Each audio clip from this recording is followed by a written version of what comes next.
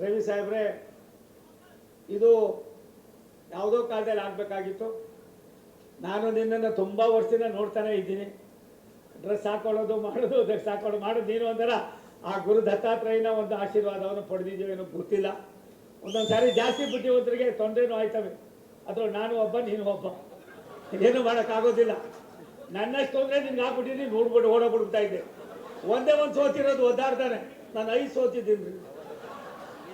ಹೆಂಗ್ ಸೋತಿದ್ದೀನಿ ಅಂತ ದೇಶಕ್ಕೆ ಗೊತ್ತ್ರಿ. ಹಂಗೆಲ್ಲ ಇರುವಾಗ ಭಗವಂತನ ಮೇಲೆ ಆಸೆ ಇಟ್ಕೊಂಡು ನಂಬಿಕೆಯನ್ನು ದೇವರನ್ನ ಪೂಜೆ ಮಾಡಿದ್ರೆ ನಿಷ್ಕಲ್ಮಸವಾಗಿ ನಾವೇನಾದರೂ ಸಾರ್ವಜನಿಕರ ಜೀವನ ಒಂದು ಮುಳ್ಳಿನ ಹಾಸಿಗೆ. ಎಲ್ಲ ಒಂದು ಕಡೆ ನನ್ನ ಜೊತೆಲಿ ಸಿಟಿ ನೀನು ಇದೆಯಾ ಹಂಗನ್ಬಿಟ್ಟು ಒಂದೇ ಸಾರಿ ಎಲ್ಲ ಒಂದು ಕಡೆ ಪುಸ್ ಅನ್ಬೇಡ. ನನ್ನಂಗೆ ಆಯ್ತಾ ಇರ್ತವೆ, ಬರ್ತಾ ಇರ್ತದೆ, ಬರ್ತಾವೆ ಹೋಯ್ತವೆ, ಇವೆಲ್ಲ ನಡೀತಾ ಇರ್ತವೆ. ನಾವಿಬ್ರು ಪೂಜಾರಿ ಆಗೋಕ್ಕಾಯ್ತದ? ನಾವಿಬ್ರು ಪೂಜಾರಿ ಆಗೋಕ್ಕಾಯ್ತಾ ಇದ್ದೀನಪ್ಪ?